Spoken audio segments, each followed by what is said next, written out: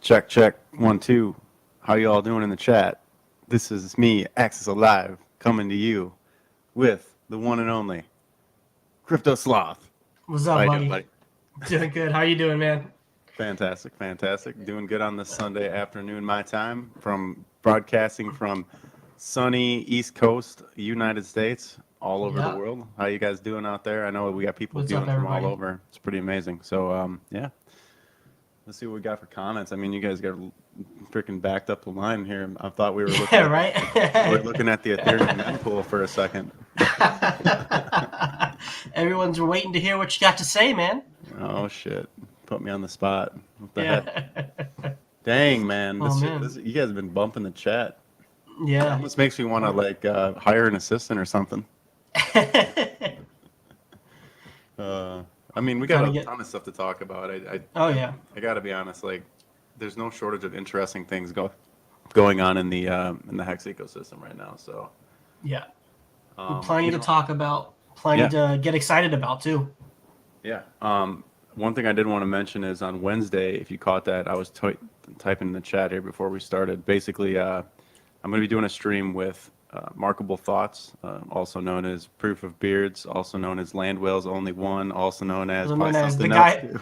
the guy who makes all the media for Hex streamers. The nasty, delicious animations and intros. Yeah, he's coming on Wednesday. We're gonna go deep on philosophy and stuff, but we're gonna unveil the new AXisALiVE intro video, and it's absolutely insane. So big shout out to Mark. You know, he put that together in like 5 or 6 days time, and man, it's like everything that I ever wanted in an intro. And so I'm really, really excited. I almost hit the play button today, but I knew he'd literally come to my house all the way from Europe to punch me in the face, so I didn't do it.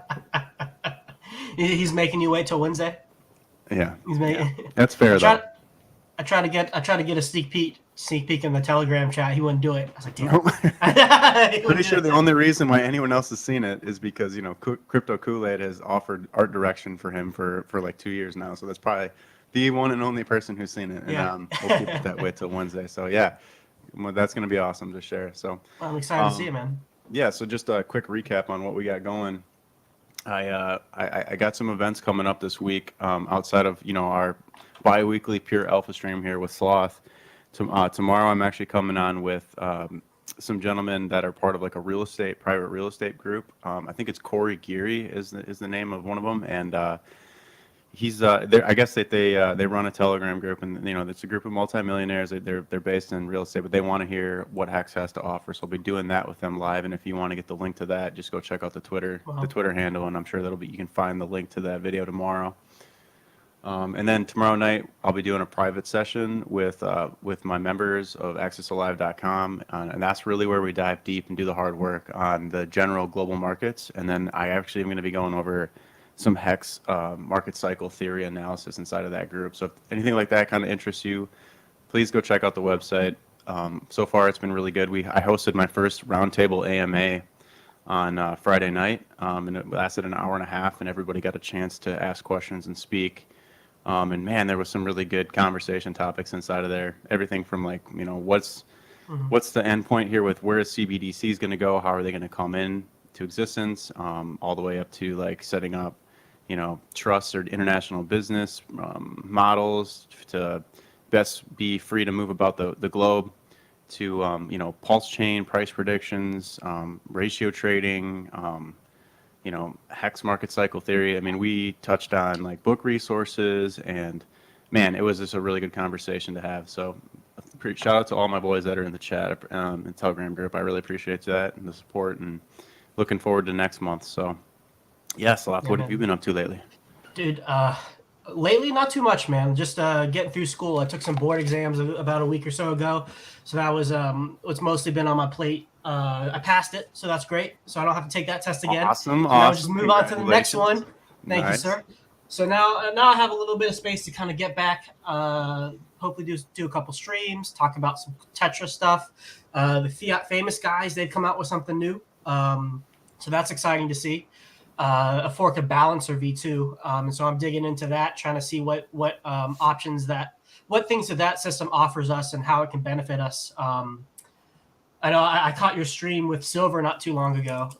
Was it yesterday morning? Yeah, Yep, yesterday we morning. we did Yeah, where you we did guys? one. Yep, it was a quick 20-minute market Yep. update, right? We were talking a little bit of what was going on the chain. Yeah, I caught that, and I thought you guys brought up some really good points in regards to, or brought up the really good topic in terms of like, what's the responsible way to exit your position in this ecosystem where the liquidity is so thin that you start making these huge sells. You're going to just eat a crazy amount of slippage. We'll get into some of the math, I'm sure, in a minute about like you trying to dump X number of million, you're only going to get like 60% of it back on that market sell. And you're just hurting the price chart of the asset that you're holding anyway. So it's kind of like a lose, lose, lose for every angle that you're looking at it. And so it just really sparked kind of in my mind, what are the different options we're going to have when Pulse Chain goes live to be able to extract value without having to just market dump in the most like simplistic way to extract value. Yeah, because that Tetra doesn't go live until Pulse Chain launches, correct? I think they're looking to go on Ethereum.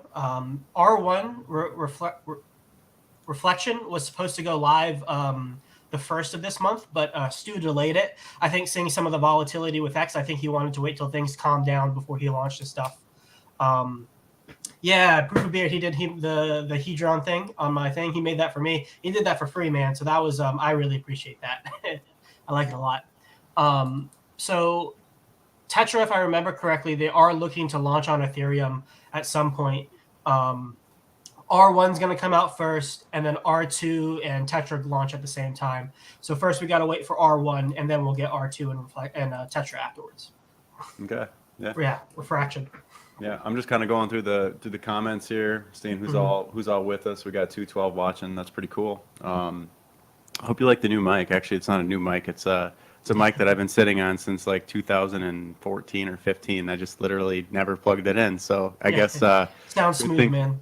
Good things do come from forward-looking statements. I think originally I wanted to stream like video game content. I used to be like a pro Halo player, and when I say pro, I mean like legitimately like I was a top like 200 player in that game, and it was what a waste of time, man.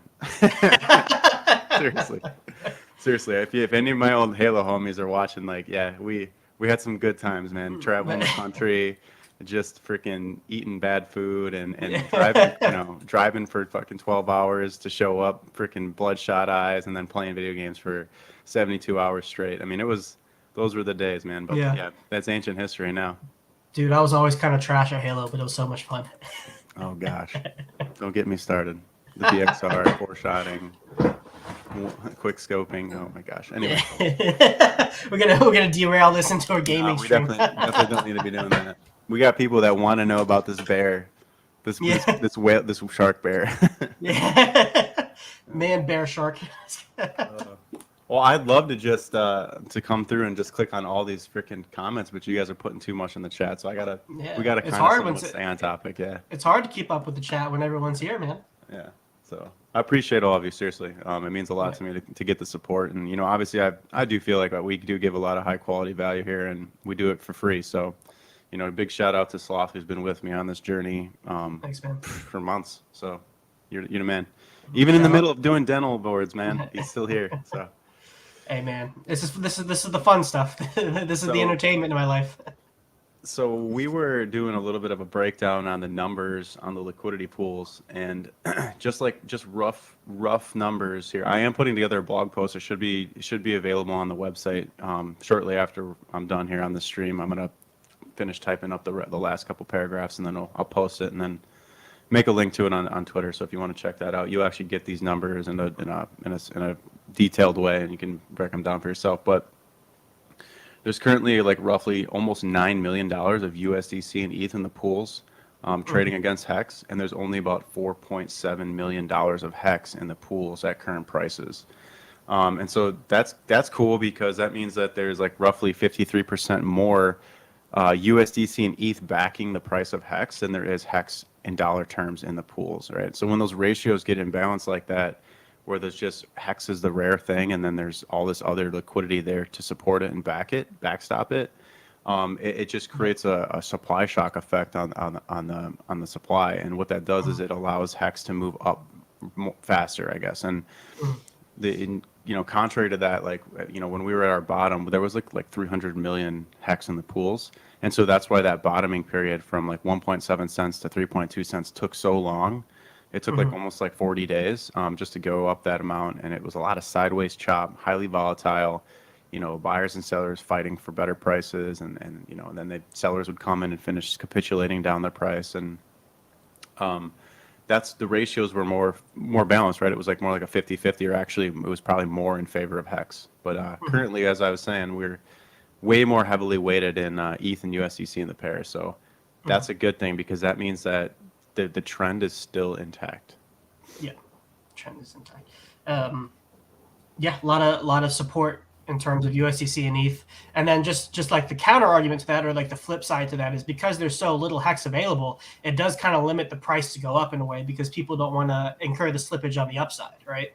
Correct. So it's like this weird dynamic where it's like it's hyper bullish, but there's all this pressure building, and it can break either way. But generally, it's good that if it breaks to the downside, there's a lot of support there to eat it up, and then any large players who's looking to enter can get better order execution once we enter the lower slippage, high liquidity ranges. Which I think that's pretty much what we've been seeing, right? The price has been getting pushed up into low liquidity, high slippage ranges. People who the sellers are able to have more of an effect because it's in that range, because buyers are going away because they're getting bad order execution. But then once we go back into the higher liquidity ranges, the big wallets are coming back in and buying those coins up. I think that's the dynamic we've been seeing the past couple of weeks, right? Exactly. So I'll pull up some liquidity pools here for us. I'm just going to go through, refresh all 4 pages. These are the major pools. So if you're new to this information, when you're looking at liquidity, you basically want to look at the Hex USDC pairs, and there's 2 of them, and then you want to look at the Hex WETH pairs, which there's 2 of them. And if we look at the most, typically the one that I'm using is like my signal pair is Hex USDC on the 0.3% pair.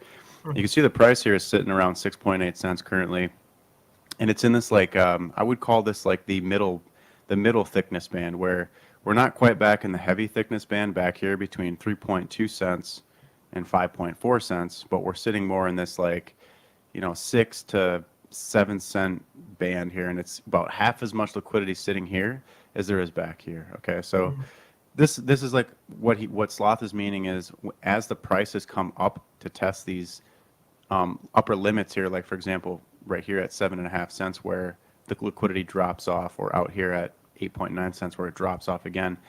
This lower bands actually used to be where we're sitting now, but people continually are coming in and providing liquidity inside of this new range. A week or 2 ago, maybe market providers didn't believe that the price could get here and hold, or they didn't understand the dynamic that was occurring. But what happened, what it really pushed liquidity providers to start to put liquidity here to get fees, was that the price had like a sell-off, right? And it sold down back into these bands here. And that's between that like 5.2 to 5.4 cent range. And a large new account came in and did 1,000 ETH market buy, which pushed price from here all the way back out to here in one market buy. Okay. And so that signaled that somebody wanted to protect price, and what they probably actually wanted to do, upon some chain analysis and further investigation from Silver the Antidote, he found out that this Genesis whale there's no trail going back to him ever buying Hex before, and so he thought that perhaps that this was the beginning of his accumulation, right? This new whale, and so obviously if you're a whale, you don't want to buy out here where you're going to slip the price up, 10, 20, 30% against you. You'd rather buy here with $1 million where you can maybe, slip the price up just a little bit, and then from like 5.2 cents to 5.6 cents. So maybe like 4/10 or 5/10 of a penny. And then if it came back into your range again, you'd get to hit these bars again. So like it's a different way of looking at the market. If you're sitting on $15 million of spare liquidity, and you are finding interest in Hex and maybe learning about how it provides a yield, and you start to want to gain exposure or acquire it, you're going to acquire it in the thickest bands, right? And so what happened was he made that market buy, and bam, prices never went back down to that level since. Yeah, it's the general strategy when you're moving that much money is to buy up all that you can with low slippage, provide that little bit of exit liquidity right at the edge of those bands, and then allow sellers to come in to refill the order book or the liquidity, to refill the liquidity in the ranges you want to accumulate. And then the crazy thing that I thought about with the new dumper that's come out, I think he has like 90 million hex left, something like that. Yep. Yeah, So, it's crazy because that guy's wallet up right now. There's a shark, right? If you want to kind of go into detail on this, I have the wallet up here. You can see he's got about 90.5 million hex sitting in his wallet currently. Yep. And the thing, how much have they already dumped already? They had like 127 million, right? And so they dumped like roughly 30 million. 37. Yeah. The funny thing is, that's enough coin essentially to provide thick liquidity between like the current price to like 10 to 12 cents as a single-sided position. Right. So like this person obviously wanted to exit some of their position because they've sold some. Whether they want to exit more or not is up to speculation. If you think that because they've sold recently, there's a higher probability that they'll sell again, I think that's a fair argument to make. Well, instead of making that market dump and eating whatever slippage that they did and hurting the price chart, they could have actually provided the support to get up to some of these technical targets that you've talked about. Yeah. To allow those larger players to accumulate the bags. There's a couple different thoughts I have about like how this guy could be strategizing. Now I'm going to name drop. Funding Jim came into a thread on Twitter the other day and was kind of speculating what he thinks perhaps this actor is doing. So generally, his thoughts are that he's trying to reposition himself, irregardless of hex price action, pre-pulse chain fork or pre-snapshot. And what he thinks is that perhaps because this guy only sacrificed roughly like $1,000 to $2,000 for Pulse and PulseX, that this guy's in a position where he wants to have economic energy to bridge back over to the other side of the bridge, right, to Pulse chain, either through like wrapped USDC or maybe he flips it back into hex on an 80% retracement. There's different theories about what could happen there, but this guy's just taking profit and repositioning so that he has more economic energy in the event that EHEX drops or, on either side of the pair. So he's like basically deleveraging. And that's an interesting thought, I guess where I stand with it is that if you're this big in the system and you really do see kind of like the longer term outcome of how this can go from like a market cycles perspective, like to me, and that's not me, right? I would play this differently. I would try to protect my hex position because I think that hex is worth dollars, and so I'm not willing to sell it or even deleverage even at 7 cents, right? Because the way I'm seeing the chart right now play out is like it's rising, right? The only guy right now that can actually bring this chart back down is this guy, right? Or not that he's the only one that can do that, but he's the only one that's shown a history of doing that right now. And so everyone else is kind of still competing for coins, and if he's patient and he does want to continue to sell, you could basically let the hex price come up here, bounce out, retest this top of this bull flag, bounce back out, and then create a sort of a breakout pattern, and then go higher. And then he could start to resell the highs one more time, perhaps get another 30 million out. Or, better yet, maybe you provide liquidity outside here in these bands, right? So that, where there's no liquidity, you could actually set up single-sided liquidity looking to sell your hex effectively without hurting the price. So as price came up through here and went higher, anything that you had inside of this box would turn into USDC, right? And you'd make fees doing it. So there's other strategic ways to go about exiting, and I just encourage those guys to look into it. I'm not pro or against this guy selling it. If this guy wants to sell, I'd rather him sell, in these ranges, right? If he's going to use the market sell button, but it's up to him. Yeah. I agree. And there are so many ways to do that single-sided liquidity position. It doesn't have to be like one big position. You could do like 3 in like sequential steps so that like when it gets out of range for one, you can pull like the bottom one. Like there are ways you can set it up to extract the value, to extract whatever you're looking for faster or more efficiently than maybe just like one big one. But yeah, I definitely agree. If we want to... And this is something we'll probably start to see as hex starts to move up, because we have so many levels of resistance in previous market action. We're going to start to see sellers come out of nowhere, all of a sudden dumping a decent amount once we get higher and higher prices.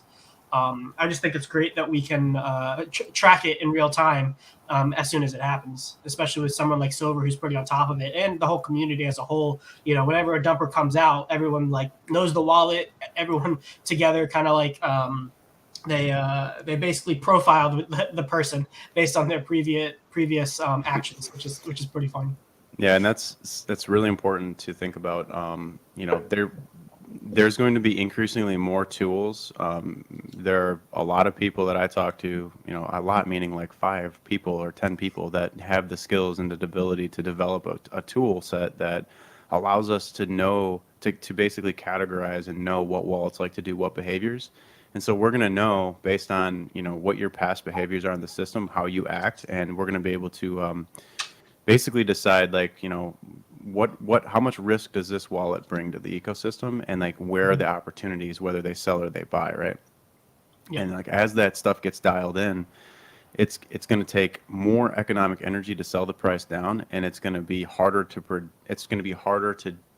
fight the trend, because we're coming out of the bear market now, and we got a nice upward trend. The ratio of coins in the pool favors hex. And what I did here was, so switching gears here a little bit, what I did was I brought up Uniswap.fish, and I assumed that, like, let's see what would happen if this guy wanted to provide like $2 million of his $6 million of hex as liquidity inside of a new range, right? And I think this would be a cool little like test to see, like, what do you think would be possible, right?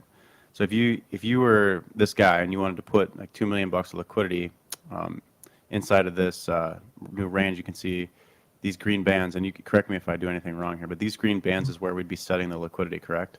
Yep. Okay, so then like let's say the price then went all the way up to the end of your bands, right?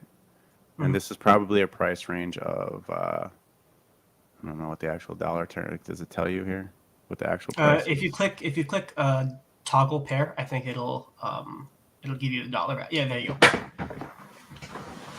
Oh, I got you. So if you set liquidity from, okay, this is going to be sick. So let's say like he puts liquidity all the way up to like 12 cents, let's say, or 11.6 cents. And he basically puts it right here. And then the price moves. Okay, so he's basically got a liquidity. He took $2 million of hex and put it between the current price. I'm sorry, between 7.6 cents and 11.6 cents. And then the price rose up to the edge. Let's say it went up to that 11-cent level. This guy could make like 17 grand in fees on the way up, and he would have exited his position and be sitting on USDC instead of hex. And every time that the price went a little higher, he'd make marginally more USDC as the price moved up than he would have by selling the price down. He's selling the price up, right? Yep. And he's making fees doing it. And so like I really encourage people to really understand what I just said. And I know it's like, maybe new for a lot of people about how much power you have in the system, but I encourage people to think about this. Like the hexagons that have the economic energy in hex right now have the most ability to control the price chart in a positive way. And like as a whole, we want to welcome people into our ecosystem and encourage them to get a piece of the pie. And we also want to protect our thing so that we're not giving it away for pennies. Like if you just give away everything for a penny, like you can just allow like a Brian Armstrong or a CZ from Binance or a Genesis ETH whale to basically become a larger portion of the pie than the hexagons might be comfortable with, right? Because inevitably what we're faced with is institutional level players are going to want to get exposure to this ecosystem pre-fork. And so they're probably watching this stream right now, people with sitting on 1 million, 2 million, 5 million, 10 million, $20 million, and they're like trying to get exposure. But the hex whales that are good for price, they basically squeeze the price up into a low liquidity zone, as you can see here, where for those guys to get exposure, they're better off trying to find a deal OTC. I've got people messaging me through my website, through the email, like looking for like, this guy has millions of dollars and he wants to get hex, but he doesn't know how to bring it in without pushing the price up. And that's a really hard thing to do now because the time to buy millions was at the bottom, right? Yep. So not to discourage them, but we want to welcome them in, but also like maybe selling the price down like the way that this shark is doing it kind of is welcoming them in, I guess, maybe because maybe you bring the price down 10-15% and it entices a large player to accumulate. And then the slippage really just brings the price back up to a range that was already met in locally. So a lot of different stuff going on there, but I don't know how you want to respond. Yeah. Well, the other layer to that is, you spoke well on how our knowledge kind of signals to outside people coming in, but also for smaller players now who have a substantial amount of their hex punted out for 15 years. And if we assume that hex does well, like we think it can do in that time frame, a lot of us and a lot of you guys in the chat and us here are going to be in the position to do what this current shark in a way is doing to the price chart now, assuming I think, what was it? There was a tweet you had where it's like it goes up to like the payout per T-share goes up to like 13 hex per T-share, something like that. Mm-hmm. And then I made like a joke and it's like plus like $50 hex at the same time. Yeah. But there is no hard coded reason why hex can't do those numbers. It's a bit moon boy, and we have a lot of work to do before we get there. But Bitcoin went up to over 10 grand and has held that price pretty well, which is just absolutely incredible thinking about where it came from, less than $1.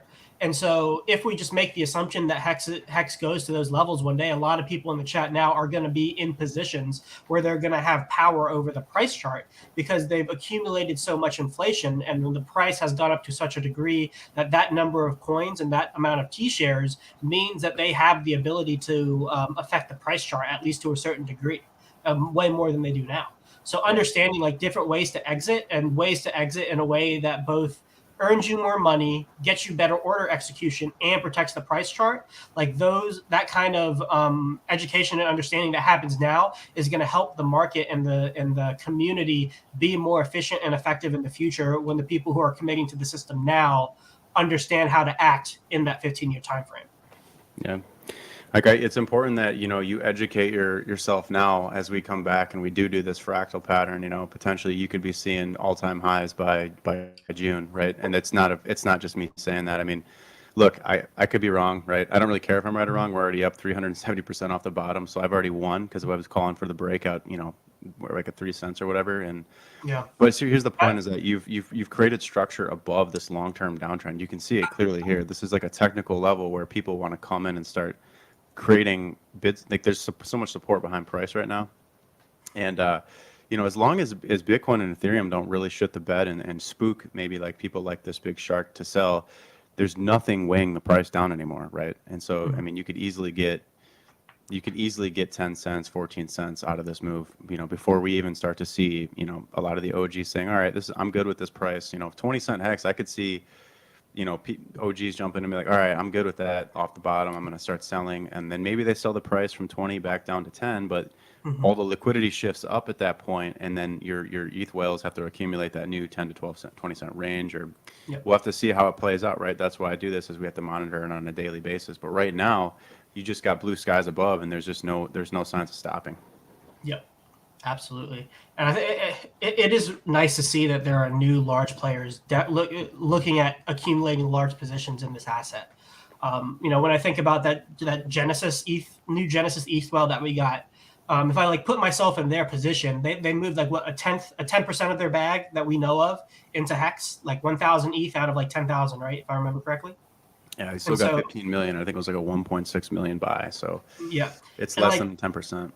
Yeah, less than 10%, right? And so they still have most of their ETH position, but now the 8 to 10% that they have all of a sudden is earning them interest, when before it was just dormant. It was just sitting there in ETH, not really doing anything. And just psychologically, I can imagine getting this position and then all of a sudden seeing the dollar value go up, not because the price went up, but because I'm accumulating so much interest.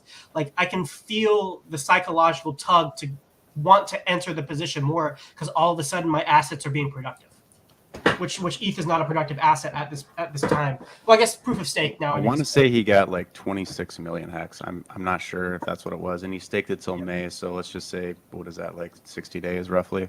Yeah. And assuming that the price stayed the same, this guy's set to make 27 grand on his purchase, right? So he'll find out real quick, like, this is kind of nice that, he made this 1,000 ETH purchase of Hex and he staked it till May 6th. And now he's seeing like this kind of a return. If the price gets up to the kind of targets I'm calling for, like 14 cents, for example, now all of a sudden that's 54,000 made in 60 days. And so that's the power of the system. Yeah, that's the power of the, and that's the thing is like the ETH is already doing nothing, right?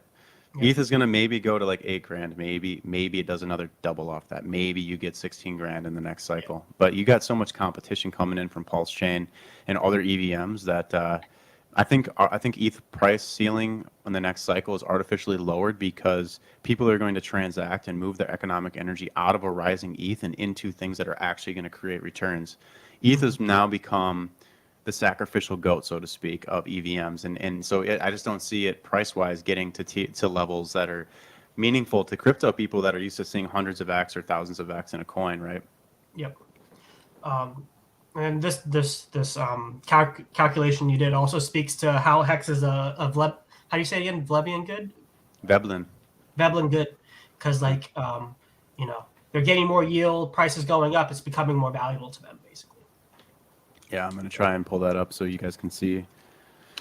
It's one thing that I've been hammering since the I can't remember who originally brought this to my attention, but the dude's a genius and I ended up following him. But this was all going all the way back to last summer.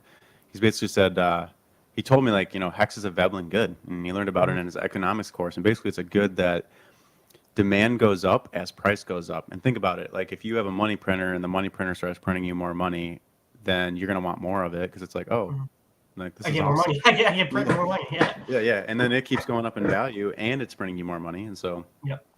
Obviously that's a self-reinforcing loop. That's why the downside on Hex was also so nasty, right? Was because it was the reverse of that. As something went out of demand, price went down with it. Yep. So when things are good in Hex, they're great, right? That's why this squeeze is going on in price and why you're seeing Hex continue to rise off these levels. It's got a long way to go still before you're even touching these resistance points at 10 to 14 cents. So, yep. Veblen good all the way. And with that, we have actually proof that this asset actually does go up the most in terms of staker count when the price is rising the most. And that was like going back to any of these larger spikes on this yellow line. The yellow line represents stakers, and then obviously these blue bars are representing price of Hex. And so you can see that the most stakers came in at the heaviest times before and during big price moves. Even here at 6.5 to 8 cents, here at the Pulse Chain SAC phase when you went up to 20 cents in like days. And then when we ran all the way to 56 cents, that's when you saw the steepest increase of new stakers. So generally, people learn about Hex when it's already rising, not at the bottom when there's low interest and low volume. So now that the freaking ball is rolling on Hex, like it's really good because now like Hex is a Veblen good. It's going to continue to rise, and like so just quick little shout out to that shark. If you did want to market dump right now, I feel free. Like if you wanted to dump all 90 million right now. You have currently, this morning he had $6 million of Hex, but now since the price has come up, now he's got $6.2 million. So he's made 200 grand just sitting on the asset. And if he wanted to market dump right now, he'd move the price down 21%. And I'd be willing to bet people would be happy to buy it up at a 20% discount off these levels. But he'd be only pulling out $4.8 million worth of USDC, even though his dollar amount here says 6.2 million. And that's because of the liquidity setup, right? So you're pulling out USDC, you're putting Hex back in, resets the ratios, and you're not going to get the full 6 million. You'd have to sell slowly over time. But here's the problem: is if he decides to be smart about it and sell in 10 million batches, you'd have to do 10 million batches 9 times to get the 90 million sold, and each time you'd make roughly 680 grand if the price goes sideways, right? So if he sells it and it goes up a little bit, he sells it, goes up a little bit, and it's still going to hold trend because we have this situation going on where the amount of buyers is outnumbering the sellers on all the pairs. So like you can see here on the right side of my screen, there's 341 buyers to 134 sellers on the Hex USDC 1.3% pair. That's that's over a 2-to-1 ratio, right? 260. That's almost what is that? Like almost 3-to-1. Yep. And then on the WETH pair. This is where all the volume's coming in and is on ETH. And look how well Hex is just destroying ETH. This means that you're making more ETH by sitting in Hex than you were sitting in ETH. you could have made 240% more ETH by sitting in Hex off the bottom, right? Yep. And even since that whale got in, he's made 30% more ETH in Hex than he had sitting in ETH. And so this is the power of it, right? You Yep. compound that with Staking. time locking, and you're set. Yep. So yeah, 525 buys to 192 sells on the WETH pair. So it just Coins are just being distributed to a wider and wider number of people, which is what you need to form bottoms and reach higher price targets. Because the people getting in now, their psychology is saying, okay, I got in at 7 cents. I want to see at least like a 3 to 4x before I even think about pulling out. If we're talking about dollar plus Hex. And so, the more that gets distributed, the less sell pressure those coins are going to have, just based on the psychology of people accumulating. correct. And like the other thing too is like if you're sitting on Ethereum and you think Pulse Chain is going to be something of value in the future, your Ethereum is going to get diluted by 10,000 times. So you're really not doing yourself any favors there. Not only are you not going to get the ROI in terms of price appreciation in the next bull run on Ethereum, but you're also not getting anything on the other side of the fork. So you'd be better off, getting into stables. But then if you get the stables forked over, we don't know if those are going to have any value over there. They're probably not going to hold their peg, right?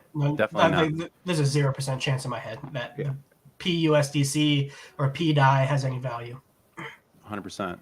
And it's because those have to be backed by real fiat, and they're not. So the reason why wrapped assets have value is because you can swap the wrapped asset for the actual asset, and then the actual asset has whatever exchangeable value it has. So it's like a derivative of the actual thing that's value, but because you can exchange it one for one, the wrapped version has value. Well, since you can't exchange your PUSDC for Ethereum USDC, which is exchangeable for $1 via Circle, the P side has no value. It's just some code on the blockchain that looks the same as on Ethereum. Let's see, where'd that comment go? Damn, the sun is bright right now. Well, anyway, Proof of Beard says like he's never seen a negative ratio. Well, we did have it actually. We had it, but it was way back last summer when we broke 10 cents, where the sellers were severely outnumbered. But it's been like a solid 5 or 6 months since I've seen a negative buy to sell ratio, and so. But it keeps increasing, right? And here's the crazy part is as the price goes up, the ratio is holding. That's why I know this is serious. Like this is like a real move that's got more potential upside, right? Unless we can get some sellers to come in and coordinate price down, call that shark, for example, call your friends and like try to get everyone to sell at once, because like, man, a lot of people want to buy that dip. Like I went to extensive lengths to try to explain how I believe that the bottom is in on crypto. And even if you got a rip down to like near lows on Bitcoin and ETH, like you got 6 months or less, right? And 2023 is historically a good year, right? It's going to be a good year from looking at like that Benner cycle theory that goes all the way back to the 1800s. What is it? 2026 is the year to sell on that model. Yeah. And I kind of, I've been told not to share that so much because we don't want to ruin our chances of selling the top. But yeah, this is the year to buy. Let's leave it at that, right? This is the year to buy. This model goes back to the 1800s. So, yeah, man. Like this is so serious. Like once these prices are gone, they're gone forever. Yeah. This is the redistribution, right? So, yeah, something to keep in mind. I don't know if there's anything else we want to talk about hex-wise. Just we kind of showed LP. We kind of showed the price chart, buy-demand ratios. We calculated what that guy's going to make in terms of that ETH whale that bought, what he's going to make in terms of a 60-day stake, right? So, yeah, there's just so much good going on in the system right now. Yeah, man. It's exciting. I know one question that I've been getting a lot, or I've been seeing asked on a lot of Twitter threads, is like why Hedron and Icosa haven't been following Hex on this move. Yeah, people have been talking about that a little bit. So I guess first, before I explain that, a little bit, what are you seeing on the charts, and then I'll give kind of my explanation on what's going on. Well, so basically, we covered this a little bit, right? And what we said was that once the OA withdrew the support on the Hex, Hedron Hex pair, Hedron was set to fall against a rising hex, and we called that privately all the way back here, right? So we were here, the OA pulled support, and then Hedron's fallen, not so graciously down to a wick low of 50% off, 45% off from that level. Okay.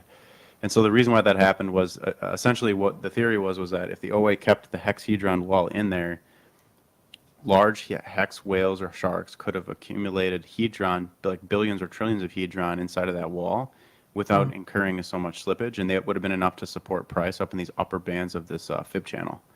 But because that was pulled, it's actually been more beneficial to, if you're already a whale in Hedron, to just continue to buy the HSIs off the auctions, and then and there are some screaming hot deals now because the price has fallen so low. So now it looks like it's actually starting to recover off this baseline of this bottom of this Fibonacci channel on the Hedron hex pair, and it's actually coming into support. You notice how against the USDC, Hedron's in an uptrend.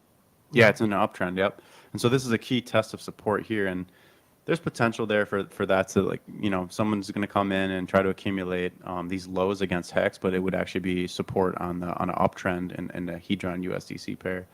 And then with Icosa on the USDC, it's actually it's closed candles above the 382 on this fib retracement consecutively now for, I think these are 3-day candles, so 369. Those would be the 12th.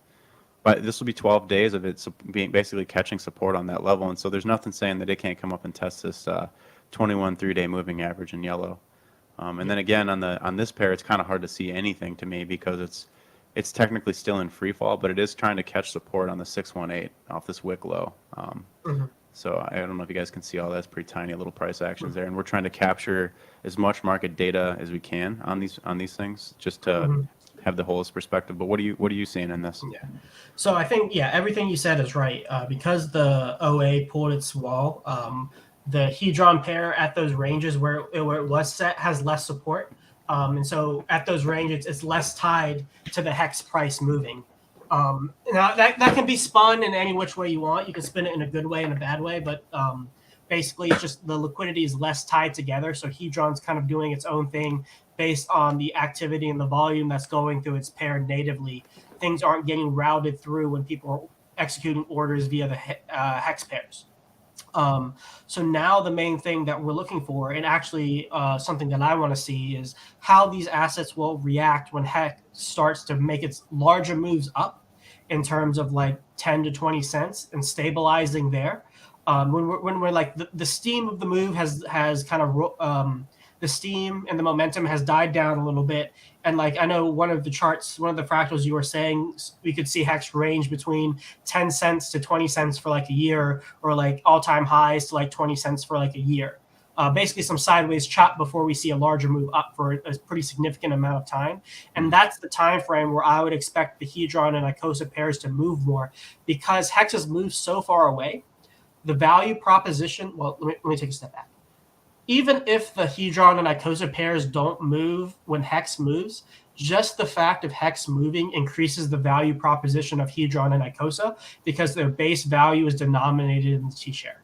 And if the hex price is going up and the T-share rate is going up, then like logically, based on how the code is written, the value of Hedron and Icosa is going up. Whether it be from an exchange perspective of exchanging Hedron directly for T-shares, or it be from a digital scarcity perspective where the inflation of these coins are going down as the price of hex and the T-share rate is going up. And so indirectly, hex pumping, these assets are pumping from its fundamental value. The question is, how long is it going to take for the price chart, aka the market, aka the community, realize the discrepancy in value and make the price chart reflect that? Because there's nothing to say that a price chart has to reflect fundamental value, because the price chart is simply just a reflection of the supply and demand within the context of liquidity.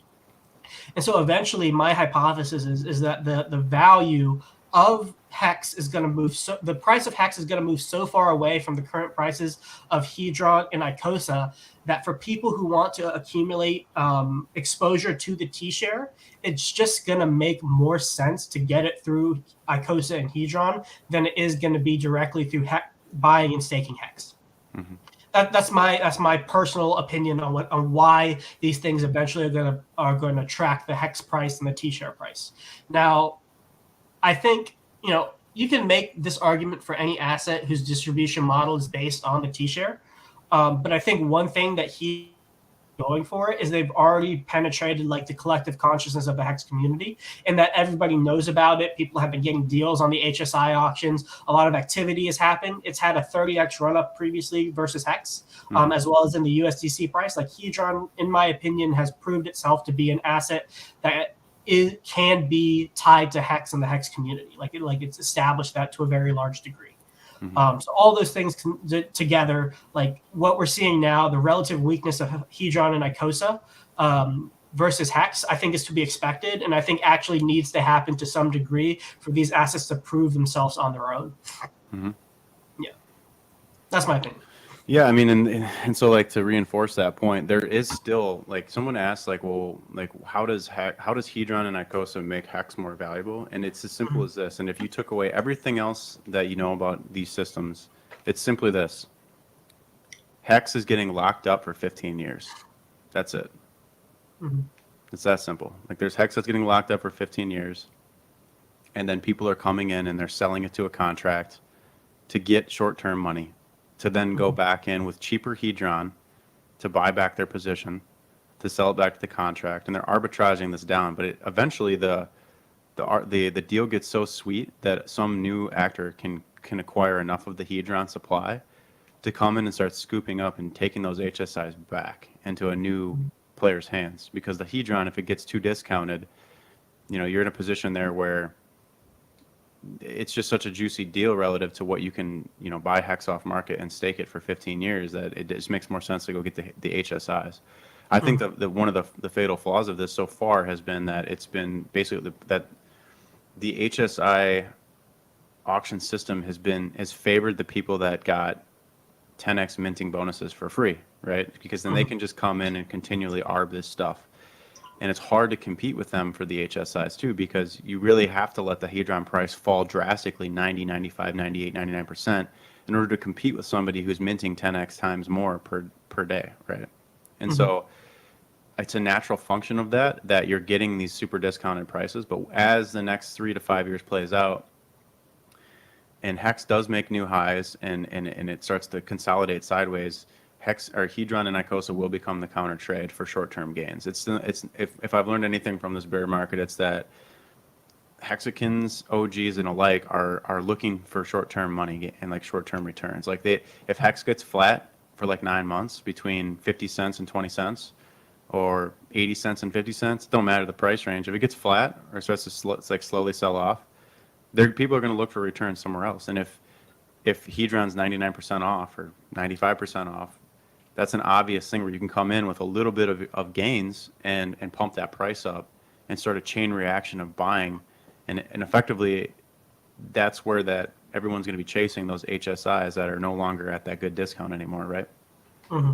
Yep, 100%. And then as we see the Icosa price eventually go up, if we see the Icosa price eventually go up, that's just going to increase the probability that people are going to recycle their HSIs to accumulate more Icosa. We saw not too long ago a very large player recycle, I think, a couple thousand T-shares in like 20, 50, and like 30 T-share increments instead of buying it off the market. And that's because they wanted to accumulate an Icosa position, but because the liquidity is so low, they're not able to get a good position by buying it off the market. So they go through the HSI buyback formula, which revitalizes the system in terms of HSI volume. And so as we see larger players who see the system, understand it, and like, I want a sizable position, every single time that happens, there's a higher probability that we get an Icosa accumulation via the HSI buyback formula, which gives you more volume to exchange your Hedron for T-shares directly. And I like to remind people and encourage them to use the Icosa Hedron system as like a prelude to what is to come with Pulse Chain and the ratio trading that's going to occur. So there are going to be times when Pulse, PulseX, PHEX are extremely undervalued in terms of one another. And this was a topic that came up in our monthly AMA session the other night was, how are you going to decide how to ratio trade pre-bridge, right? Like if I have so much p hex, but not enough pulse, or I have a lot of pulse X, but not enough pulse. How do I determine what's a good ratio, right? And I think like a good way of looking at that is that first you have to start out with the base numbers, which is 40,000 people sacrificed for pulse chain, 140,000 people sacrificed for pulse X. So the people holding pulse X, there's 3 times more of them than there are people holding pulse chain. So just the common thing to think about is it's 2 cups of water. 1 cup is overfilling with water. The other one's just like got like half full. And so like the water is going to fall out of the pulse X cup, and it's going to try to create an equilibrium between the pulse X and the P and the pulse chain pairs. Whether that's, so the natural ratio should be 3 to 1. It's based on the user adoption, right? So there should be 3 to 1 should be like a natural ratio from the start. But I fear that so many people are going to exit their P hex positions and their pulse X positions to get more exposure to pulse chain. That pulse chain is going to be so wildly overvalued relative to pulse X and hex on pulse chain. And then that is where that is going to be your key moment if you're a pulse chain holder, that you're going to, and once you start seeing ratios of like, I can get 6, 8 or 9 or 10 P hex to my 1 pulse, or 6, 8, 9 or 10 pulse X to my 1 pulse. That's the equivalent of doing like 3, 4, 5x in terms of a dollar value. And so that's going to be where you're going to look to want to trade it back in, right? So yep. Basically just do the opposite of what everybody's doing if you're going to make a ratio trade when it gets so far weighted one way. I think one more thing I'll say on the Hedron Icosa thing is if you're looking to buy these assets and accumulate them long term, just make sure you also have hex exposure too. I think sometimes it can be easy to focus on these abstractive or derivative assets and forget about the underlying one. But there will be times, even with the success of Hedron and Icosa, where hex moves without it, and there'll be times where Hedron and Icosa move without hex, and you just want to make sure that you're exposed either way. Like if you're worried because the hex has gone up and Hedron and Icosa hasn't gone up with it, you might be underexposed directly to hex. I think so. The other thing to key off of on this is like, again, so we'll come back to that point that Sloth made earlier, which was like, well, as hex finishes its cycle, whatever this is going to look like, I'm just putting the fractal here for you guys to see. I'm going to make it really bright so you can't miss it, right? And we'll do yellow. So just look at this here, and like if you do get a rip, because again, there's a shortage of supply, right? We've agreed on that. And if you do get that rip, and then it does decide to consolidate sideways for the rest of the year, maybe that's post fork or pre fork, or if it gets overvalued to a certain level, that might be enough, and then OGs are going to look to take some profit, right? But I think a lot of what's going to drive price up into these upper 20-cent plus ranges is going to be the fork, right? Yeah. And so then after the fork, you could see some profit taking and some reshifting of money between, E hex and P hex. And what I like to tell people is, or remind people is that, by getting hex on both chains and waiting is probably your safest play, that you have to do the least amount of thinking and work, because hex inherently is always going to be tied to the T-share. I know it's like freaking like a broken record saying this, but like you will see dollar hex on both chains some point in the future, right? So you just have to live long enough to realize those gains. So this sideways action here that potentially can come in on hex, this is where people are going to look to counter trade. And so what they're going to do is they're going to potentially move their money. So let's say you have E hex and it rips all the way to 40 cents, right? And then the fork happens. Well, people are going to wrap their E hex. Let's say E hex is at 42 cents or something. The fork happens, and P hex launches at like 0.4 of a cent, or like 4 cents. I don't know where it's going to land, but it'll land somewhere, and it won't be 40 cents. I don't really necessarily believe in the force parity idea, at least from the rip. And that's about as much as I want to say publicly right now about that. But so technically, like if you're thinking like this, you could actually, even if hex does a retracement, it's going to take, a long time, like a month and a half to 2 months, to go from 40 cents down to 18 cents. And along that time frame, what this is going to come from is people are going to be wrapping their E hex, moving it over to Pulse chain, and then using that as liquidity on that chain. The easy thing is, pre-bridge is like turn your P hex into, let's say, Pulse, or your Pulse X turns into Pulse or whatever. But one thing that people aren't thinking about is wrapping the token, sending it over the bridge, and trying to use the dollar economic value of the ratio and to really accumulate tons of Pulse and PulseX, right? Mhm. Because everything on that new chain is going to be like way less in dollar terms, but your EHEX will still at least hold 18-cent valuation even on a 65% retrace off this kind of a move. And what's going to bring this move in is that continued adoption and hype and excitement leading up to the launch of the full mainnet. Yep, 100%, man.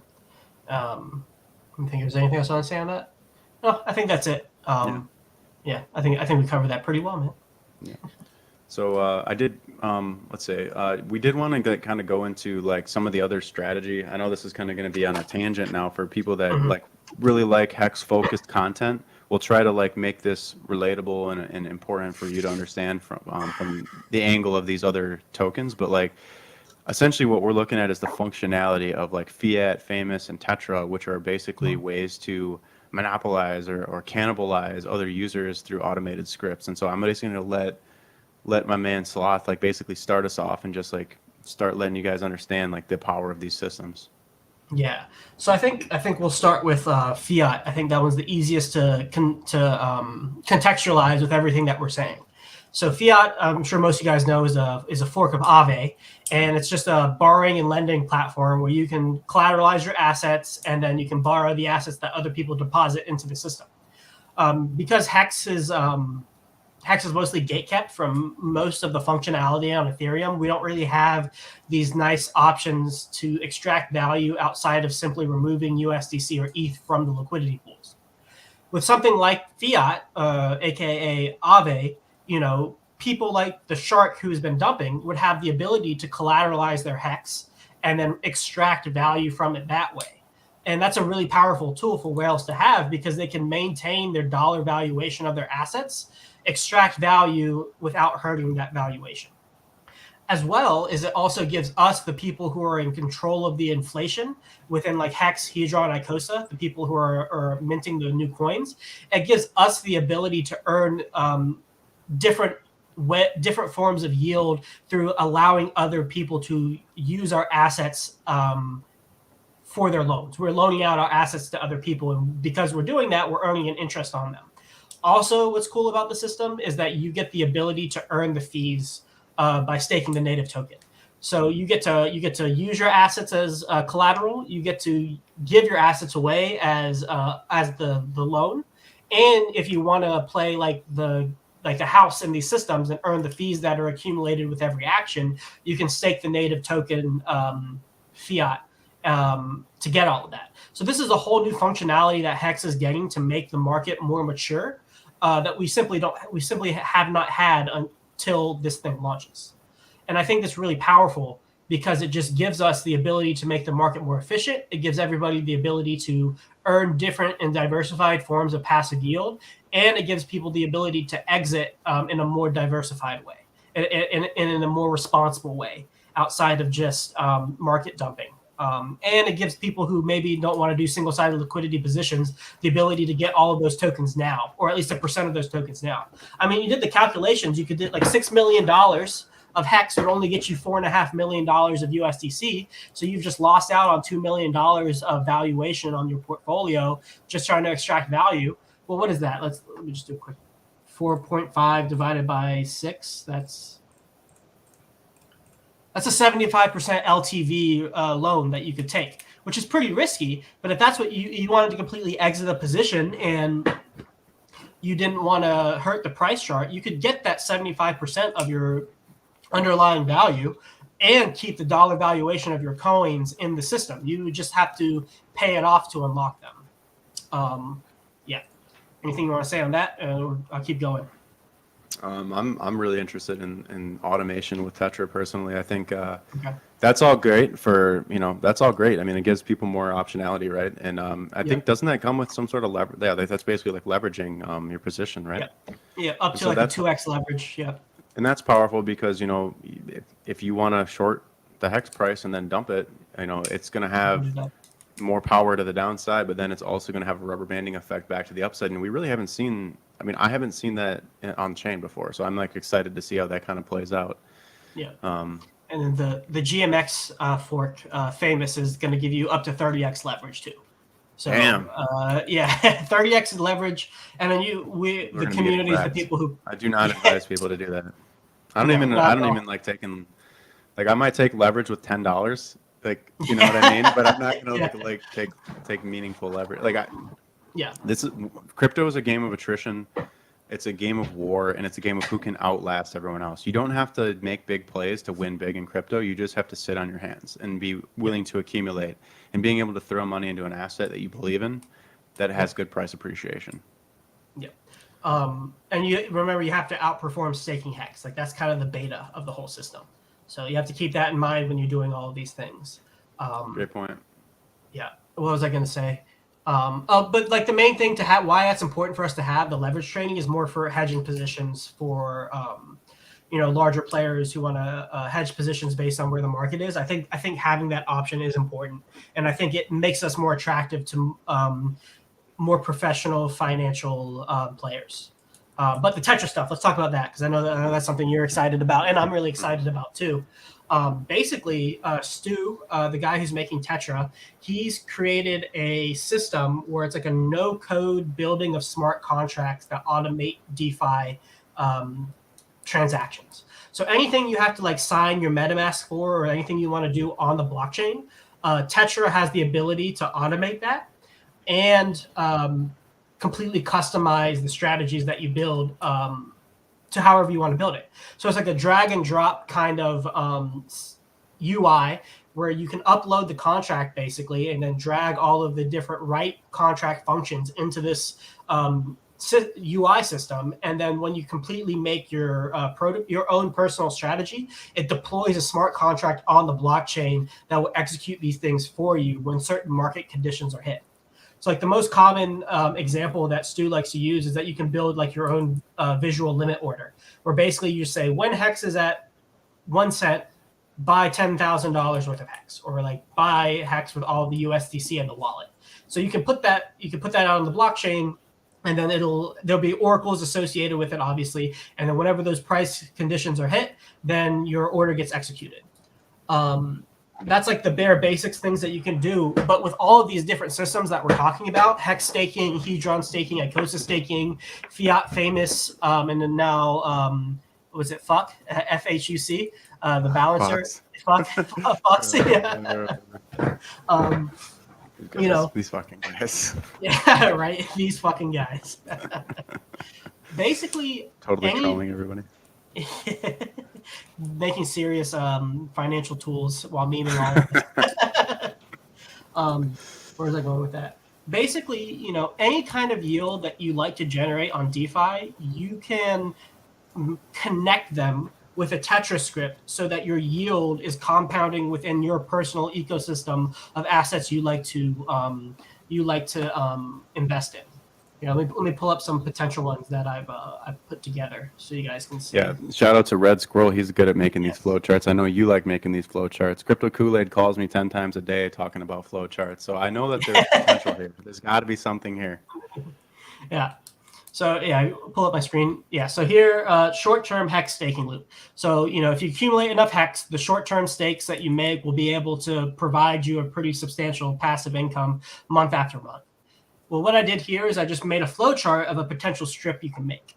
So it's like you have a rolling 30 to 90-day hex stake, you end the stake, and this would all be automated. It automatically restakes the principal and then takes the interest here, and then it can, in this example, I had to do 3 things: 10% into Maximus. Basically, like if you wanted to make 15-year stakes with like 10% of your portfolio, you would throw it into Maximus to get throw it into Maxi to get that 15-year T-share exposure while you're building up enough coins to be able to do your own stake, but it's still large enough for the gas fees to end it at the end of it to be viable. 80% you can put into other yield generating platforms / whatever script of your choice, and I'll show you some more in the future. And then say like 10% you can put profit into stables. And so every single 30 to 90 days, every time the stake iterates, it automatically does all of this for you without you having to think about it. As long as you have the gas in the wallet and some stable coins to pay the Tetra platform fee, this is just going to happen in the background. Mm-hmm. Now, what I think is cool about, go ahead. Oh, I was just gonna say, like, this opens a whole new world of possibilities for like there to be a whole new cohort of individuals that basically create a living off of creating valuable scripts Yep. and then earning from the scripts that they create and selling them. Yep. So Yep. to tokenize a script that really works well, and then to share it, and then it's limitless. And obviously what's going to happen is there's upside and downside to it. There's potential for, I mean, I could get into the weeds on that, but I think ultimately that, the ones that are not trading scripts, like the ones that are just automating, ending stakes, minting Hedron automatically on time, before the stake gets ended, and then like converting certain percentages into stables to protect you or hedge your risk, or these can be compounded wrapped loops of yield bearing containers, right? And then not only that, you can sell these scripts. Yep. Exactly. There'll be a whole new type of console position where it's like make Tetra scripts for different protocols. Although presumably it's going to be so easy, anybody can do it. Like it should be, if you have developers, they're good enough to use the Tetra system to be able to make their own scripts. But if blockchain and Web3 development becomes so widespread, that could be something that if you understand it correctly, and they're able to efficiently make scripts, that people hire you to do that. Let's see. Awesome. Yeah. Here's like a HSI buyback limit order where like you throw a bunch of HSIs into a specific wallet and then you set a desired Icosa price that you would want to sell these HSIs at. And whenever that price is hit, it automatically sells them to mint the Icosa. And then depending on whether or not you're at the ceiling or not, say it's at the ceiling or above, you just arb it to get the HSIs back and then profit that extra hex. Or you just sell it at the USDC price when it's at that given price that you set right back here. And if it's below the price, you're just waiting. So it's like, okay, I've made all these HSIs or I've accumulated them from the HSI auction and I got them at a 50% deal, right? Well, I'm happy making a 30% spread on that. So when it's an 80% off or 20% off instead of 50% off, I'll just make a script to automatically sell them when the Icosa gets to the given profit margins that I want to make. And it just does it for you automatically without you having to be at your computer to do it. Mm-hmm. And I think this is really where DeFi is really going to go in the future. Is like you won't be going to like your broker for things anymore. To like for your regular like normie type investor, like you're basically just going to buy access to scripts that will do everything for you essentially. And yeah, maybe this is 10 years out or 20 years out from like the mainstream, but being in on it at the ground floor, there's like the opportunity is endless for like seeing returns short term. And I think, obviously take caution with this sort of thing too, because if your script breaks, obviously there is downsides to it, but this stuff's going to get fleshed out, and it is. I think it's the future of finance. So yeah, it's exciting. Yeah, I will say, Tetra's not out yet. We don't have beta or anything like that. So everything that I'm saying is kind of qualified with like, we'll wait till it comes out. We'll make sure everything's secure. People are using it. It's been tested, audited, etc. But I think it's important to at least understand these systems before they come out and be on the forefront of where things are potentially going. And if it doesn't work out, it doesn't work out. That's fine. But I think it's important to catch these things early so that you can take advantage of them as soon as possible for the chance that if it does work out very well, you're the one getting exposure and experiencing that upside. Here's a script I made for Fiat and Famous. I call it inflation, where you take your inflation yield from Hex, Hedron, and Icosa, and then you deposit it into the liquidity pool for Famous. So you're allowing other people to take your coins as leverage. And then you can deposit that liquidity pool token into Fiat to earn income via the Fiat system. And if you're lower risk, you just earn Fiat platform fees.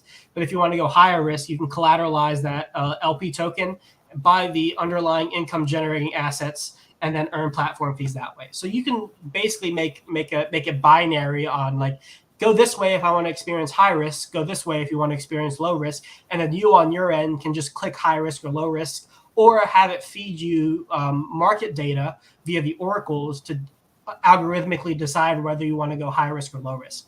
Now, of course, as you add more layers on top of that, like it becomes more risky in terms of things breaking. But those are all things that are theoretically possible. Yeah. And I'm assuming that like we don't have a beta to like see what this looks like on from a UI perspective. But if your script is Yeah. complex enough, imagine like all the new front ends that will come up for script Yep. specific purposes, right? To even make Yep. it even more easier on the user. I really looking forward to this stuff, man. Yeah, me too. Let's see what else. Oh, okay. And here's some rough calculations I did for some potential fees that we could see for Famous.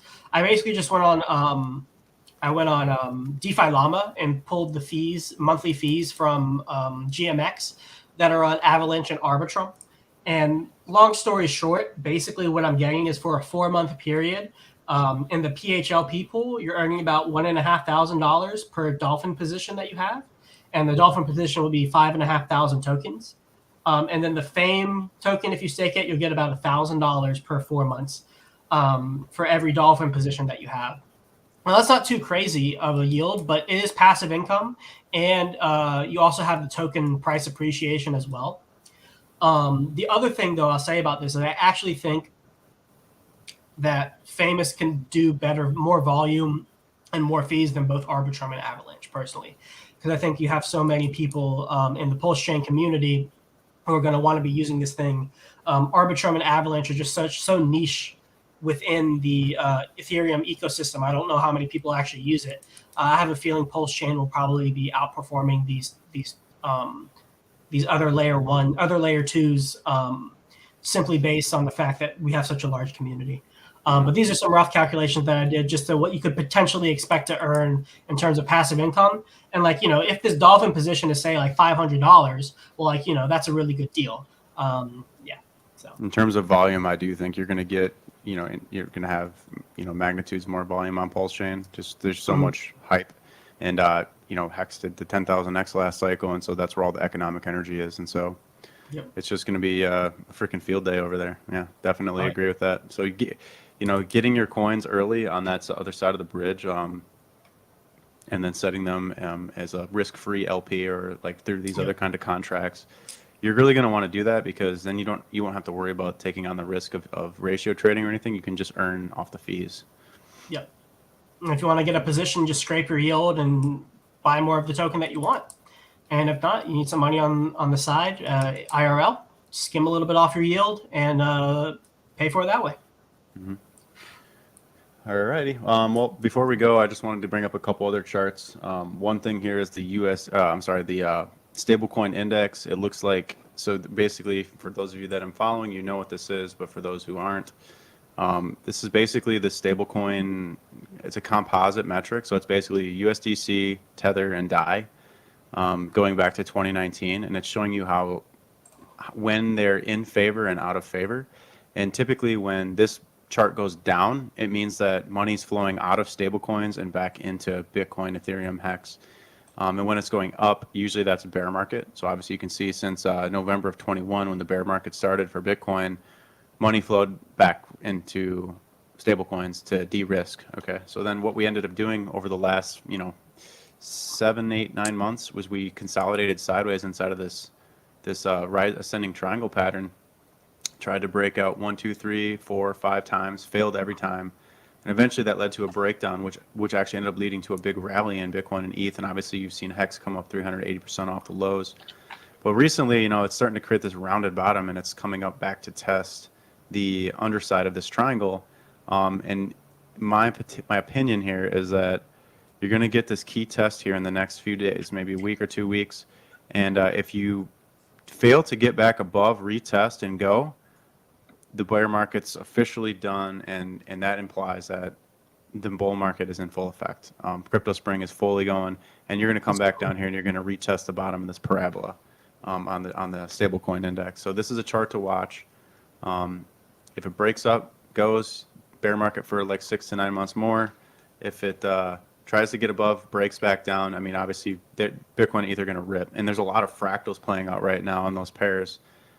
That is basically implying that we're closer, we're done with the bear market as far as like making new lows, but there's still possibility to follow that 2015 cycle and come down here and test like maybe that 18 to 20K range where, people are going to be ready with their wallets, ready to purchase.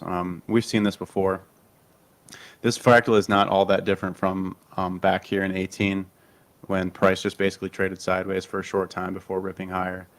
The first target level is 39K, so this is what you could kind of see out of it, something like this, where you go up and test that 39K region. And where I'm getting that number from is if you go to lookintobitcoin.com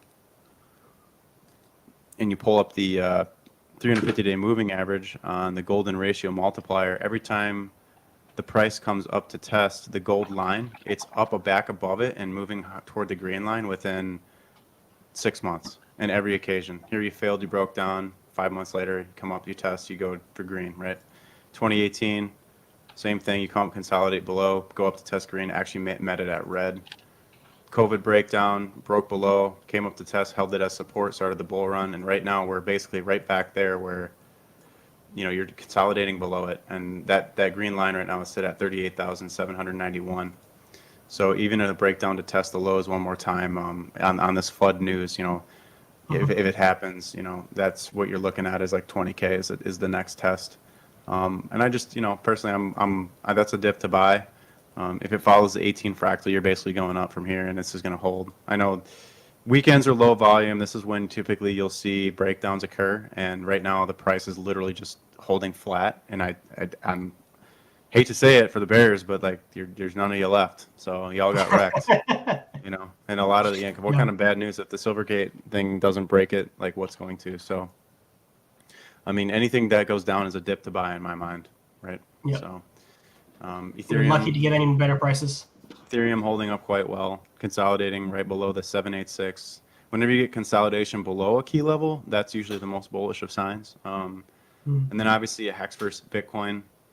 Let's pull out to a weekly. Absolutely looking amazing. Look at this shit. Like Hex is wrecking Bitcoin like so hard. It just came up and tested the 786. 786. When if Hex makes a third top against BTC, that's pretty unprecedented, is it? Like very, very few coins have made a third consecutive top relative to BTC, right? Mm-hmm. That's right. So like there's not very many altcoins that comes up and breaks this all-time high in Bitcoin terms and goes higher, right? And so maybe this is the pair that stops us out. You know, maybe we get up here in the next few weeks, and then you know you marginally higher, and then that's it, and we have to come down, and we have to trade lower for 9 months before leading up into the bull run, where you really start to get some serious upside action in Bitcoin terms. You know, that's definitely the way I'm kind of looking at it right now. Is that we're going to go up, test the highs on Bitcoin, you know, see how we act against that all-time high, and then maybe come back down for a retest of some lower levels, but. Yeah, I mean, everything looks good to me, man. Like I said, the guys that can sell it down are few and far between, and if they're willing to take that risk, you know. So, Hex BTC chart looks great. Hex ETH, again, same thing. It's touching the 618. The previous cycle, we ripped through on 3 different occasions before retesting and going. Right now, this is our second rip through, and we've done amazingly so far. And it's holding its position better because so many people left the system and just don't have enough economic energy to imbalance that ratio that I was telling you earlier. So that's all looking great. I know the dollar has been struggling to make new levels. This is important to know. I mean, I don't want to go too much farther into this because we're getting to the end of the stream, but this is arguably a parabola, right? And that's a blow off top. Typical. You've seen it in Bitcoin before if you've been following that market. And this is just a typical come up and retest. Maybe it gets up in here, maybe it doesn't, and then it's going to break back down. Anytime the dollar breaks down, people seek safe haven in growth assets and they take on risk. Anytime the dollar goes up, that becomes the safe haven. I'm of the belief that the dollar's got less than 9 months before it really breaks down hard and makes some new lows. And so what that would mean for crypto is like essentially a new bull run. And it's lining up nicely with Benner cycle theory. If you want to look into that chart, you can. Last couple things before I don't know if you want to mention anything else about the charts here before I go and just like pump the website a little bit. Yeah, go ahead, man. Last thing here is if you guys are interested, I'll be doing some more streams this week. You can go to my website, go to the events page. It's on the top nav bar. And then you'll see in here we had today's stream coming up on Monday. I have one that's not on here with Corey Geary on basically talking to the real estate community on Hex and its performance, its circulating supply, how much is user supply, what are the adoption rates looking like with Metcalfe's law, maybe a little bit of cycle theory, but I can only go so far into that without giving away all the gravy. So that's coming up tomorrow. And then on Tuesday, I'm going to do a little bit of a charting session with Black Hexakin, just super basics of charting. I'll touch lately on the kind of content that's going into my Charting 101 course for the website. On Wednesday, I'm going live with Markable, aka The Beard.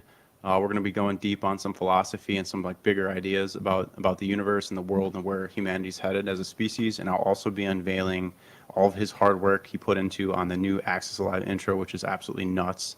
It's DNA fractalization of patterns in life and nature, and it's got it's got my logo all in there. It looks beautiful. I can't wait to share it. And then on the 10th, on Friday, I'm going live with Crispy Man, and we're going to go deep into some data on that he's been working on, and without doxing us too much. Myself, Crispy, and Sloth do work together closely on chart ideas and stuff, and so some of the stuff that we're going to dig into is the